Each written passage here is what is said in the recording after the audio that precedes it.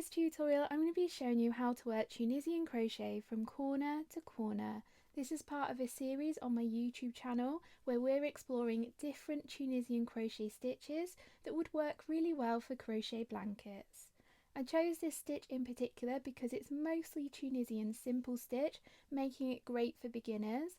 We have increases for the first half of the blanket up to this point, and then decreases from that point forward to get that square shape. And if you know how much yarn you're wanting to use for a blanket, you can use 50% for the increase section and then 50% for the decrease section, meaning that you can use up every last scrap of yarn.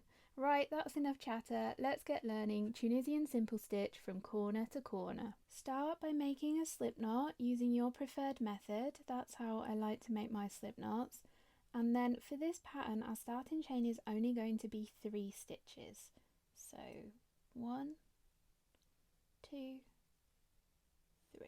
So for this pattern, I find that it looks best if we work our first row into the back bumps of the chain. So I'm going to turn my chain over to the back, and you can see we've got these bumps here that we're going to put our hook under.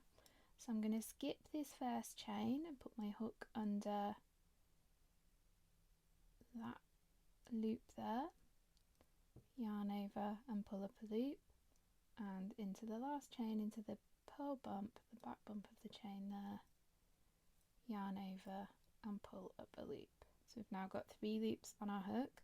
To finish off this first row, yarn over and pull through 1, yarn over and pull through 2, yarn over and pull through 2. That's our first row finished. So like I said at the beginning, this first section we're going to be working is going to be increases, and for the increase section we have 2 increases at each side of the row. So at the start and the end of the row we do an increase to get this shape here, because this is the bit we're crocheting at the minute. For this second row, our increases are in a different place to all future rows, so just keep that in mind. So when we work increases in Tunisian crochet, there's quite a few different ways to do it and places to put your crochet hook. For this pattern, I found the neatest way is to go under the top horizontal bar of the stitch. So I'm just going to grab a needle so I can show you where that loop is. So in Tunisian simple stitch, we usually work through the front vertical bar. That's what this loop here is called. But we've also got some horizontal loops here between our vertical bars. So for the increases for this corner to corner Tunisian simple stitch, we're going to be putting our hook under that loop there. That's called the top horizontal bar. So that's where we're making our increases. So if I grab my hook, so to do an increase, I'm going to put my hook under that top horizontal bar there, yarn over and pull up a loop. Then we're going to go under the vertical bar here to make our next Tunisian simple stitch. So you can see there we've made an increase between the first loop on the hook and the second loop on the hook. And then we're going to do another increase straight away here, so underneath this top vertical bar here. Again, yarn over and pull up a loop. And then we're going to finish off this last stitch how we do in Tunisian simple stitch by going under 2 loops. So I'm going under those 2 loops there, just as we've done in pretty much every other Tunisian crochet stitch I've taught on this channel so far.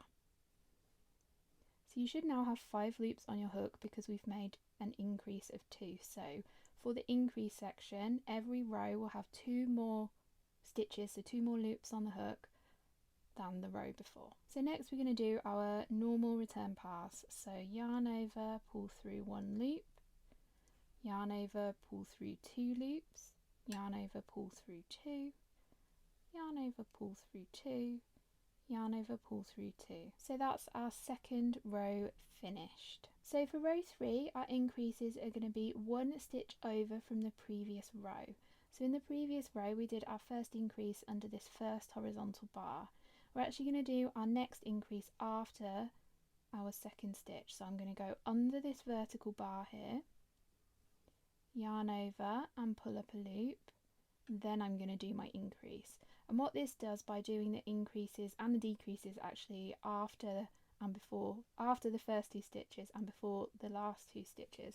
Just gives us this really neat border on our piece of work, so you don't necessarily have to crochet on a border for your blanket. So let's work that increase. I'm going to put my hook under the top horizontal bar again, there, yarn over and pull up a loop, and I'm going to do my Tunisian simple stitch in the next vertical bar.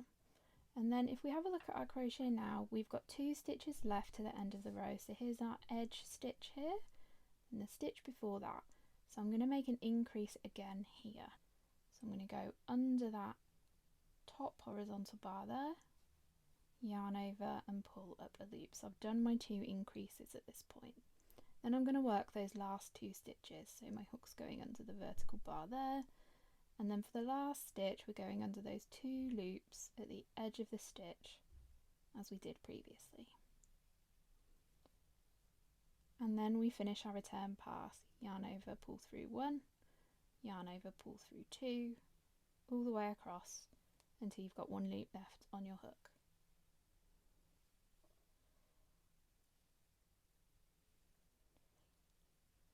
So that's row 3 finished. So I am going to work rows 4 and 5 with you, just so we've got those increases down before I leave you to continue your blanket up until the halfway point. So we're going to work our first stitch under the vertical bar for Tunisian simple stitch.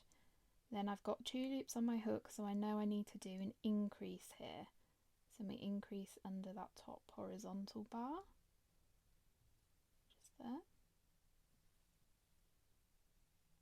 And then I'm going to work Tunisian simple stitch across until I've got 2 stitches left to work. So for this row, that's going to be 3 Tunisian simple stitches. 1, 2, 3. So I've now got 2 stitches left unworked, so I'm going to work another increase underneath that horizontal bar. And I'm going to work my final 2 stitches just as we've done previously. And then that return pass, yarn over, pull through 1, then yarn over, pull through 2 until the end of the row.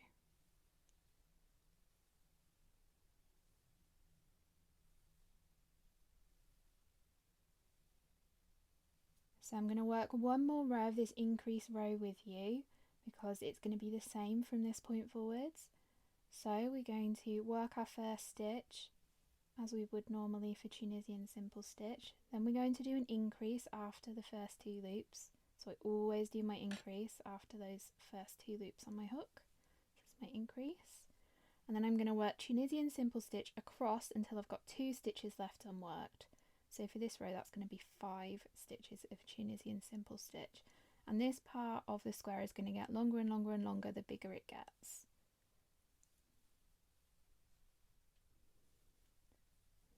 So I've worked Tunisian simple stitch along until I've got 2 stitches left unworked here, and I'm going to do an increase under that top horizontal bar, then finish off the row.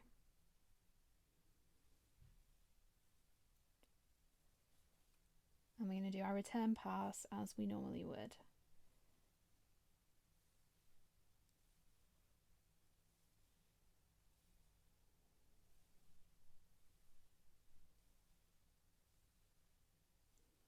So that's how we work our increase section. So I want you to continue working your increase section until your square, so your crochet piece is going to grow like this, until you've got the length here that you want your square of crochet to be.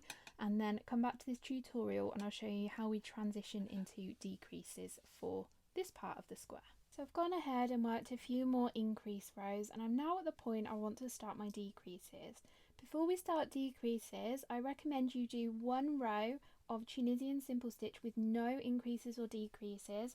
I did that on my square layer here, and I think it helped this corner be a bit more pointy when I blocked my square. So yeah, I'm just going to work a row of straight Tunisian simple stitch here, and then I'll show you the decreases. So I've gone ahead and worked that row of Tunisian simple stitch, and now I'm going to show you a decrease row. So to decrease in Tunisian simple stitch, when we're working our forward pass, we put our hook under 2 loops at once. So So I've just put my hook under both of those first 2 loops of the row, then yarn over, and I'm going to pull a loop through both of those loops. And you can see there we've decreased 2 vertical bars down into 1. Then I'm going to work Tunisian simple stitch all the way across until I've got 3 stitches left to work. So there I've got 3 stitches left to work. 1, 2, 3. I'm going to do that decrease again, so I'm going to put my hook through that first vertical bar and the second vertical bar there. Yarn over and pull through both loops. Then we're going to do our usual edge stitch, if I can get my hook in it.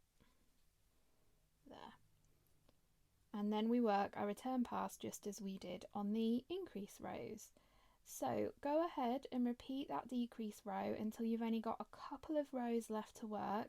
Then come back to this tutorial and I'll show you a really neat way of finishing off this corner to corner stitch.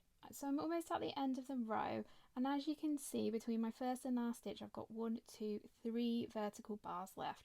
So I'll show you how we can finish off this corner really neatly. So rather than decreasing 2 loops here, we're actually going to decrease 3. So I'm putting my hook under this loop and this loop to decrease it. I'm going to decrease it all at once like that. You can see how that gives a really nice corner there. And I need to work my edge stitch. And then a really neat way to finish off this corner here is to actually just yarn over and pull through all 3 loops on your hook. Yarn over, pull through all 3 loops. That gives you a nice right angle there that we're finishing on. And then you can go ahead, fasten off, cut your yarn and weave your ends in. And as you can see, this doesn't look very square shaped. In fact, it looks kind of like, I don't know, kind of like a diamond with rounded edges. So you're definitely going to want to block this, but when you do block it, it does turn into a square quite easily. If you've never blocked crochet before, I'll link my tutorial for that over here. And I'll also link my Tunisian crochet playlist where you'll find some other stitches that would work really well for crochet blankets as well.